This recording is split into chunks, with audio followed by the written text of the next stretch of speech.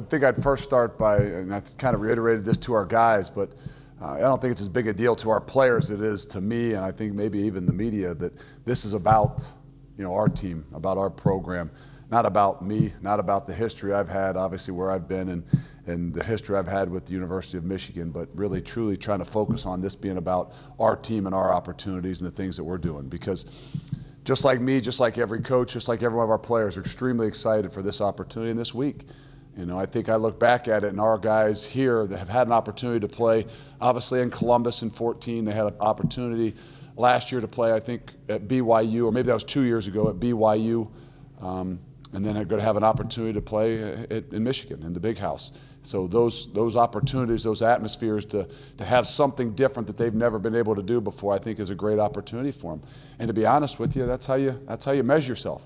These guys take incredible pride, just like I do as a coach, just like every one of our coaches, just like our strength program. We take incredible pride in the way we work, the way we train, the way we prepare.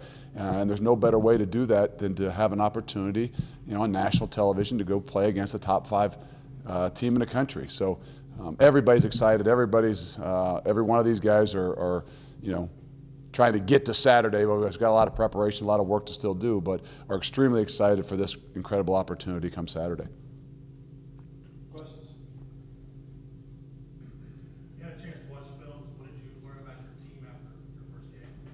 I think I said it afterwards and reevaluating the same things as, we had to fight through some adversity. And I think, maybe I told them, first of all, I probably was one of the guys that maybe didn't prepare myself and expect as much adversity. And I think that's bad. But we had it, and we hit us in the face a little bit there, and we had the opportunity to kind of come together. When we needed it, the offense did a great job. When they needed it, the defense stepped up. We learned, like I said, we learned a lot about one another in those tougher situations that you just can't, you try to replicate, you try to do all the stuff you can do, whether it's in camp, whether it's in scrimmages, whether it's in a spring game, but you really can't put that kind of pressure and do those kinds of things until you actually turn the lights on and do it for real, where they're keeping score and the record counts. So we learned that our guys will fight, our guys will scratch and claw, our guys got each other's back, and I think that's probably the most important thing we got out of that first week.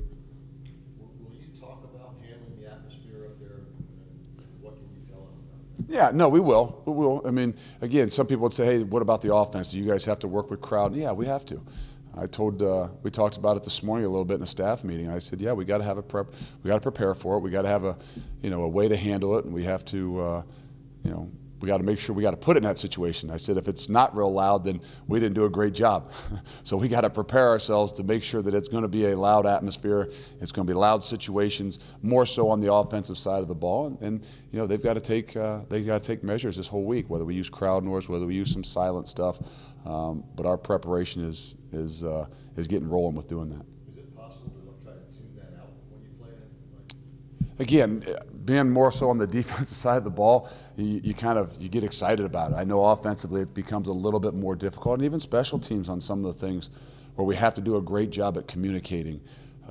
From the get-go, I know defensively, I know offensively, so much of stuff is done now signaling and silent counts and things like that everybody's kind of looking, even offensive line guys, they're really kind of priffing the ball to see when that thing moves, because there's not as many snap counts, and we're a no huddle, not always up tempo, but no huddle, so that to huddle up and to not be able to hear it, it does work, make it a little bit challenging with some checks and things like that. But the reality is, I think the way our system is built, that we're built more to handle these kinds of situations. How did you come out of the game physically? There were some guys that seemed to be a little banged up. Anybody who's questionable?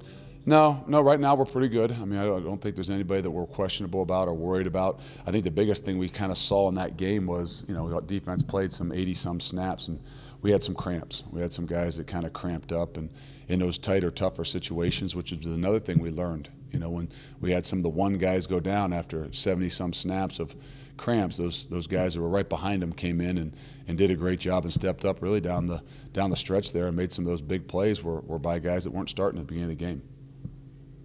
You mentioned before the opener against Austin Peay that you guys are more concerned about yourselves as opposed to worried about what Austin Peay is going to do. Is it the same kind of mental outlook versus a team like Michigan, but for opposite reasons? Yeah, I mean, we still, being new in the program, new and doing the things that we need to do, we're always this entire year. Not that we're going to change in year 4 a whole lot, but we got to really make sure that we're focusing on what we're doing. And I kind of, after that first week, sat down offensively and defensively and special teams wise and say, okay, let's make sure now we've got a better idea of who our guys are after just one game. But, when the lights come on, how they react and how they respond, and let's make sure we're focusing on where we're going to be, in that 6, 7, 8, 9 weeks, and continuing to be ourselves, focusing on ourselves, getting better at the things that we do. Now, you have one game on them. You got a lot from last year. They're a little bit more established in the sense that they've been there for a couple years, so you got a better grasp of some things that you'll see, but you still got to prepare at doing the things that you do really well. Scheme against their team speed? Well, I don't think that we have a lack of team speed, so to me, it still comes down to if you take their 40-yard dash times versus our 40-yard dash times, I don't know if there's a huge difference. Maybe a little bit here and there, a 100th of a second in a 40, a 10th of a second in a 100. Maybe depth-wise, there's some issues. But to me, the teams that play the fastest know what they're doing and why they're doing it. And I think that's what you see from them in the third year in their program defensively, the third year offensively. They play fast. They play fast because I think they understand what they're doing and why they're doing it, and they're aggressive about it, and they have confidence in what it is they do. And those are the things that we're still making sure that we understand, that in order to play our best ball, in order to get better each and every week, focusing on ourselves allows our guys to know what they're doing, why they're doing it, and makes them look a lot faster. When you watched the film of them against Florida, what was the most impressive thing you saw? I think just seeing some new guys out there, that they didn't get away from what it is that they do, and I mean that defensively, I mean that offensively. Whatever. 10 guys gone off the defense, and they still did the same things. They still were as aggressive as they were in the past. Maybe they were some more 4 down than they were 3 down, like they were last year. But to see that they continue to do the same things, have the same expectations, I think you see that it's a program. It's something that's, going to last over time. Same thing offensively. They don't get away from what it is they do. They went down. That's what's impressive. They went down in that game. The quarterback threw 2 picks. And really, they go right back at it. Still continue to chip away, battle at the things that they do, and do it really well. What about personnel-wise? Certain guys that stand out? They got personnel. There's some young wide receivers that are impressive. They play 3 tailbacks, all 3 which have a little bit of different abilities. From the big guys to the quicker guys. They play 5 different tight ends, all of them pretty similar in some respects, maybe one a little bit more of a passing type of guy, but they use their personnel wise. I think defensively, the ability that even though they lost those guys up front, to have Hurst back and some of those guys back, that gives them an opportunity to just continue to be aggressive and be very disruptive. So I think personnel wise, I don't think that you're going to see that they're going to change a whole lot. They do a great job at recruiting, and they're going to continue to reload. How well do you know Jim Harbaugh? Don't know him very well. Don't have a whole lot of communication. Haven't had a whole lot of communication in the whole coaching realm. I probably reached out to him one time when he was at Stanford calling for somebody else, and amazed he picked up the phone and answered it right away and talked to me for about 30 minutes. So other than that, I don't know him a whole lot. I know his brother coached here for 9, 10 years. Having played against Michigan a number of years at Ohio State, what's it like going in? Do you feel like you have a bit of an advantage from other coaches who are going against Michigan? I've played against Coach Harbaugh twice. So again, it is who it is. Their uniforms haven't changed. Their helmets haven't changed. Their coach has, so obviously their culture has changed a little bit. Who they are and what they do has changed, over the past times, whether it's, Lloyd Carr or Brady Hoke or Jim Harbaugh, So I don't know that there's any great schematics that I have because I've been there, have the lay of the land a little bit better. You understand what the atmosphere is going to like, how loud it's going to be. All those kinds of things I think are an advantage. But the reality is I'm probably not going to make a whole lot of plays on Saturday afternoon. If I have to make a tackle or a catch, could be an issue. So, it's what we can get conveyed to our young guys, what our young guys can understand and our old guys can understand, feel comfortable about, and having the ability to be prepared so that they can play their best ball. As a former player, do you notice the difference, think back between 30 I mean, you do. I mean, I'm not going to lie to you. You do. I mean, and when it's going. But I think those are the things that you have an opportunity to feed off of. You know, and I think that's what I'm excited about our guys to get a feel for. You know, they've been there before. You know, guys that were there a couple years ago, you know, in Columbus, or those guys that were, you know, went to BYU, I think 2 years ago, to just have a different atmosphere. Going on the road is always something different. You know, whether it's 110,000 or 50,000 that are going to be against you. You know, it's our 70 guys, our 80 guys on that sideline who's all we can rely on. And you know, and we got to kind of thrive on being in those situations where, you know, we got a lot of big games on the road. You know, we got 3 of our first 4. We've got 3 more weeks of this to continue to go on the road. So when I say it's about us preparing ourselves, it's also about us going on the road and learning how we're going to handle these things. Whether it's this week with 100-some thousand people, or the following week with maybe, you know, 20-some thousand people. Either way, you know, we are who we are. We got to stick together. We're going to have to rely on one another, and we're going to have to feed off some negative, you know, I don't mean negativity, but you know, the crowd not being with you. You know, we don't have that student section like we had on Thursday night, but you know, when used the right way, you can feed off of some of that stuff as well. To piggyback off that, we made a lot about, you know, the fact that you were head coach at Ohio State for a year, coming here, you know, as a full-time head coach for the first time.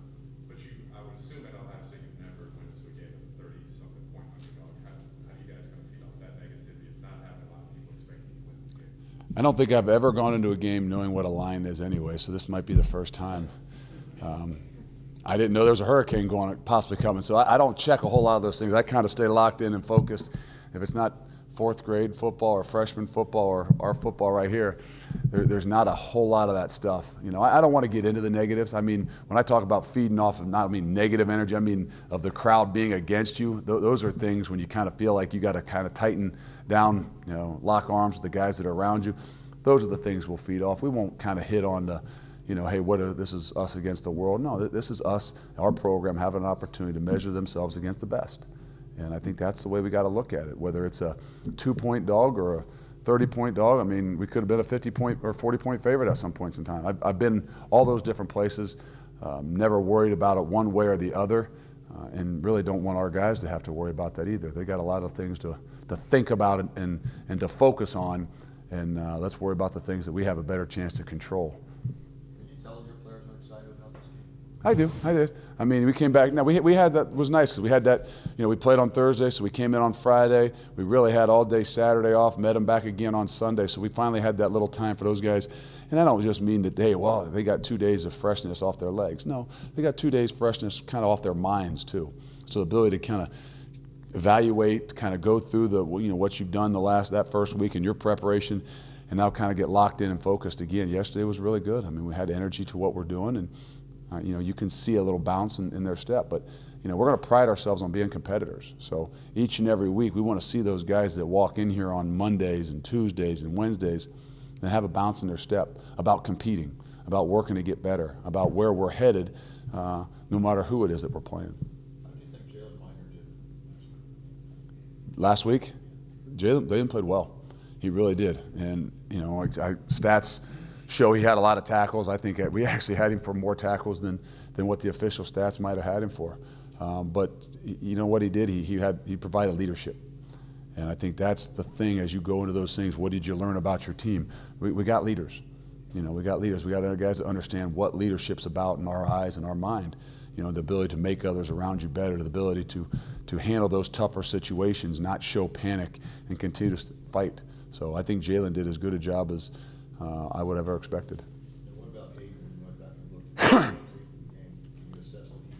Well, we said it from the beginning. You know, I think the start is one of those things that, you know, you kind of look at and you say, okay, how do we get him started off on a better foot, get some momentum, create some things to get going. But, you know, when you really kind of step back and say, okay, he did what we asked him to do. He threw 3 touchdown passes. He controlled the game. He didn't make and put ourselves in tough, hard situations. Didn't throw the ball into where we didn't want him to throw the ball. You know, there are little things here and there where he could have read the RPO a little better, could have handed it here.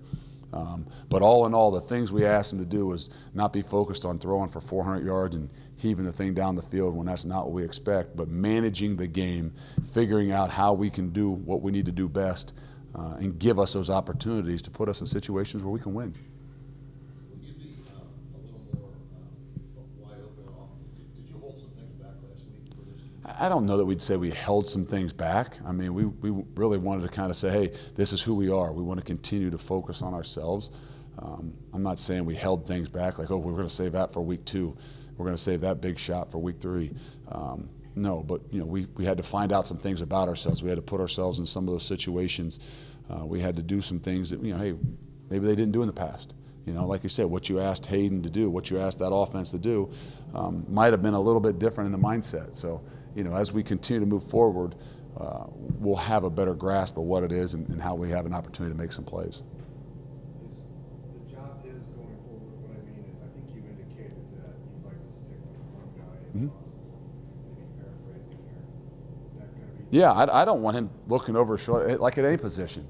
When that happens, they start doing things what they think they need to do to wow, whether it's the crowd or to wow the media, when in reality, that position, that guy's got to do what gives us the best opportunity to win. And, if he continues to do that, then we have no issues.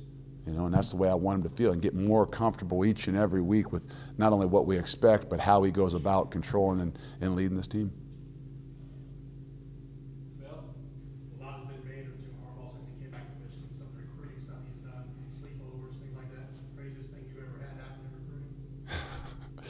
I don't even know. I mean, there's, unfortunately, I remember some of the things that didn't go well for us in the recruiting side of things. But it's an ever-changing business. I wouldn't say business, but it's what it is. I mean, there's things that are always kind of flowing, and everybody's looking for that new little nuance to try to give them an opportunity to get a leg up and to be something different. Again, it depends on who you are, and that's who Coach is. He is that guy that maybe does some things off the wall, and it's unconventional, but it's not unconventional to him, and we kind of stay in our lane and say, what's the most important thing to me? And maybe it's some of those conversations you have with the family. Maybe it's being really honest with them and tell them that they need to do this, this, this, and this. And for some, that's like, well, that's not what I wanted to hear, and then for some, it's like, what? This is the kind of leader I want to follow. So, I'm not saying we're going to try to be off the wall to try to create an atmosphere, which we're not. And I think, so what's been the craziest thing? I don't know. In my book, there hasn't been a ton of crazy things other than some things that maybe gone the other way because of something crazy somebody else did. Did you feel any need to talk to Andrew Gans after I feel a need to talk to every guy, whether they're positive or negative, because, when that stuff hits, whether it's positive or negative, either one of them can kill you. If all of a sudden, Hayden throws for 3 touchdowns and thinks he's somebody that he's not, then all of a sudden that can affect you and lead you in the wrong direction. And if you miss a field goal or miss an extra point, and it just happens to be one of those things, let's find a way to get it corrected. But the reality is, it was 1, it was 2, and I'm going to grab him and making sure that he knows that we got to continue to move on. Don't let this negativity be something that crushes you. It's a part of the game. You got one of 2 things: you either get stronger from it, or it crumbles you. And the same thing with praise. If, all of a sudden everybody's high-fiving, Hayden because he threw 3 touchdowns, then all of a sudden, like I said, that can be just as negatively affecting you as missing as well. So yes, I do feel like I need to be able to talk to him, and I not grabbing him or shaking him or anything like that, but we know we have to put him in those situations this week and compete. I have confidence in him. Yeah, I want those guys to understand that, they're the ones out there doing it, and then there's going to be some opportunity, there's going to be some things, and we have an expectation, and we don't expect them to miss those, and we're going to expect them to go back out there today and kick them and be a lot better. But not that we lose confidence in him. It's his first time really back. He didn't even get to kick in the spring game, and that's one of those things that we're talking about, that do you really know until those lights come on that now you hopefully got those jitters out of him, and we can move forward. What would it mean? What would a win against Michigan in this environment mean to the team and to you personally? Again, it's not about me. It's each and every week. It would really mean that we've measured ourselves against one of the best, and shows us where we really are. It'll mean that, guess what, on next Saturday we've got another huge game, but it'll allow us to, gain confidence, I'd say, some of those things, but really kind of look at ourselves as competitors to say, we can go out there and compete against the best and win. And I think that's what, as a program, we want to be able to do. We got to have that little chip and that little fighter's mentality. So each and every week is going to be a different battle and a different fight. But you know, momentum is an incredible power, you know, and in this game there's nothing greater than momentum. So to get that momentum and continue to build on the stuff that we've done in the first week and throughout the first 8 months, I think that's what would vote most for our program.